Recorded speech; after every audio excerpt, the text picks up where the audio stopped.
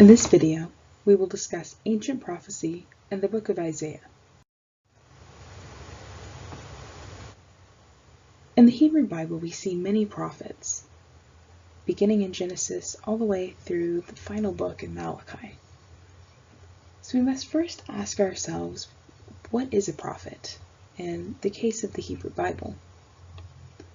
The word prophet comes from the Greek word prophetes, which literally means a messenger, a spokesperson, or an advocate. Essentially, a prophet is someone who speaks on behalf of a deity to humans.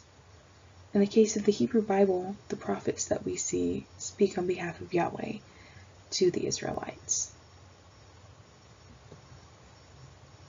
Now, a prophet has several different functions as we see in the Hebrew Bible. As I noted, the word prophet from the Greek literally means messenger, and we see this as a function of a prophet primarily throughout the Hebrew Bible. The prophet frequently relays messages from God to the Israelites, and vice versa. A prophet is also responsible for performing miracles in many cases, which can include healing or perhaps telling of something that is going to happen. An interesting function of a prophet in terms of the Hebrew Bible is what their relationship is with the kingship.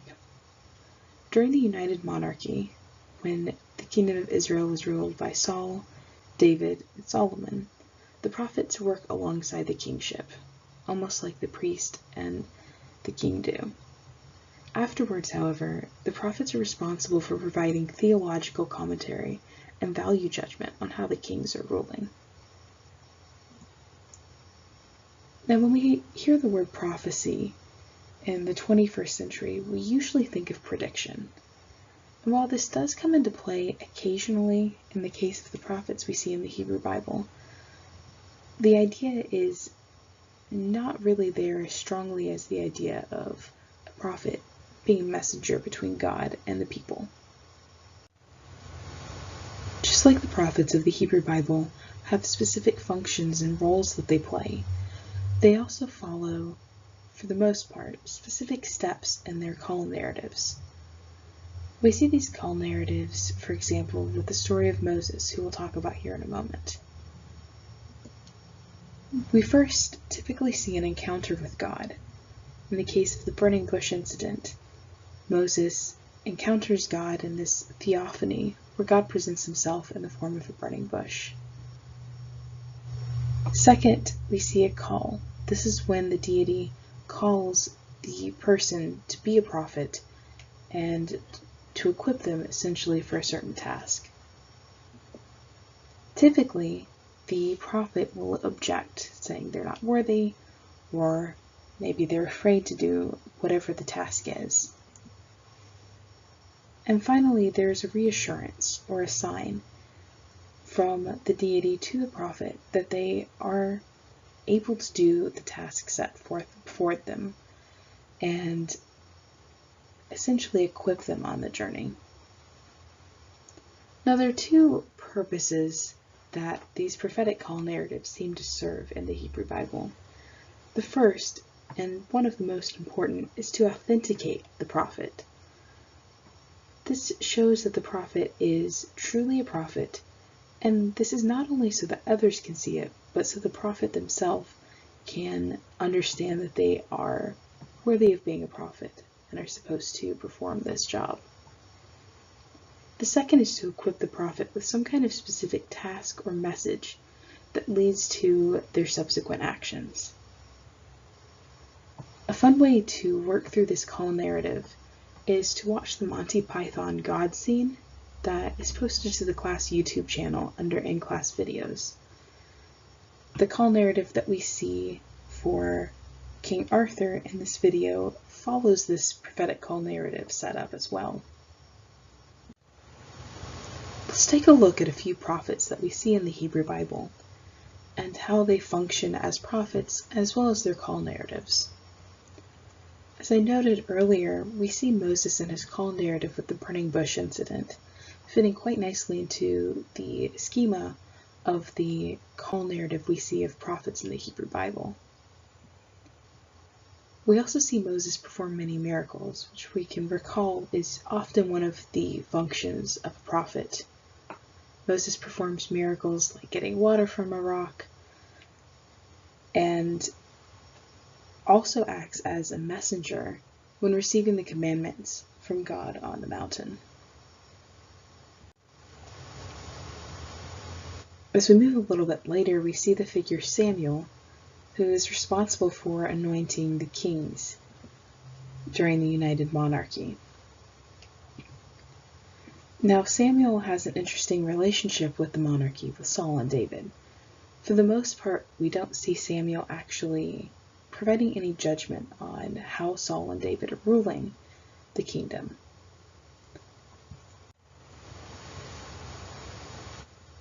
As we move on into Kings, we see the prophet Elijah, who, unlike Samuel, has very clear judgments and evaluations of the kingship. Now, Elijah prophesies during the reign of King Ahab as one of the kings,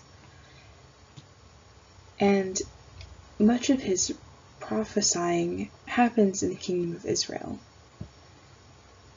We see Ahab, as well as Jezebel, his wife, worshipping the god Baal, who's a Canaanite storm god. The narrative of Kings very clearly pits Elijah as a prophet of Yahweh against these prophets of Baal. In one scene, we see Elijah and the prophets of Baal trying to compete to light a fire, with their god being the one to light the fire. Elijah wets the wood that is there and stands back essentially to show that his God is mighty enough to do it, and maintains a very calm demeanor, while the prophets of Baal are frantic trying to light the fire. Elijah, of course, is taken up in a fiery chariot without dying, and essentially passes the mantle on to Elisha, who takes on the role of prophet in the narrative of Kings after this.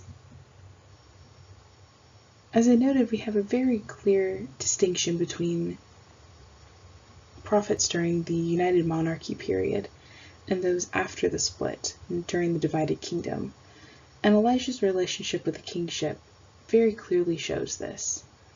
Throughout the text, we see Elijah speaking against Ahab and Jezebel and how they're ruling, and noting essentially that they are not following Yahweh's laws. After Elijah is taken up to heaven, we see the figure Elisha in Kings. Now, Elisha supposedly inherits a double share of Elijah's spirit. This might seem confusing at first, but if we think back to hereditary laws in the Hebrew Bible, Elisha is simply asking to be counted as Elijah's eldest. The eldest son in a family would inherit double what any of the other siblings would. So Elisha asking for a double share of Elijah's spirit is essentially saying, count me as your oldest son. Now, Elisha's story is very similar to Elijah's. Some scholars think that the two stories were actually one, just written in separate ways and with different figures. We notice, for example, that both Elijah and Elisha heal a boy by lying on top of him and essentially transferring their life spirit to the young boy. There's also scenes with widows that are very similar. However, Elisha's story has an additional and very short scene with two she-bears. In 2 Kings 2:23 through 24, Elisha encounters some children on his way to Jerusalem. Now, these children are mocking Elisha, calling him a baldy, or saying go up bald head, depending on your translation. Elisha's reaction is to call two she-bears out of the woods to maul the children. And notably, they maul 42 children to death. And ancient Judaism and in many traditions, 42 is symbolically the number of death. This is a very odd scene that doesn't really fit with the rest of the narrative. This is an interesting one to think about here. Now we see these different figures throughout the Hebrew Bible who function as prophets. As we move later in the Hebrew Bible, we get books that are supposedly written by prophets as well. Instead of seeing them as specific figures, we see them as authors, and we see their thoughts written down. One of the most significant of these is the book of Isaiah. Now, the book of Isaiah, by most scholars' accounts, is actually a combination of 3 different books. This is 1st Isaiah, which is chapters 1 through 39, 2nd Isaiah, which is chapters 40 through 55, and 3rd Isaiah, which is chapters 56 through 66. Now, some scholars believe that there's simply 1st Isaiah and then a 2nd Isaiah, which would consist of the 2nd and 3rd from chapters 40 through 66, though most scholars typically go for the 3-part structure of Isaiah. We know that these works were probably composed separately based on the style and the emphasis as well as the dates of the texts. However, we know that by the year 125 BCE, these 3 parts were read as one complete text, as we have evidence of this in the Great Isaiah Scroll from the Dead Sea Scrolls, which dates to around 125 BCE, and all of the chapters 1 through 66 were combined into one text. When we read Isaiah, noticing that it's 3 separate sections, we can get something different from it and noticing the separate sections as well as in noticing it as a complete cohesive text. One example I like to use here is the original Star Wars trilogy. You can watch Episode 4, Episode 5, and Episode 6 all separately. You get a complete story, and everything wraps up relatively nicely. But when you watch the entire trilogy as one, you get something even more from it. So let's take a look at each of these sections of Isaiah. First Isaiah is the section that most people believe was actually written by the prophet Isaiah of Jerusalem. More than likely it was composed during the 8th to 7th centuries BCE, before the exile. Some of the emphases we see here are on Jerusalem or Mount Zion. First Isaiah addresses the importance of Jerusalem and the temple, as well as the need for it to be purified and purged. Remember that the 8th through 7th century is the time when Judah is having a lot of strife within itself, and other kings and other nations are coming in and even supplying a king to rule the nation.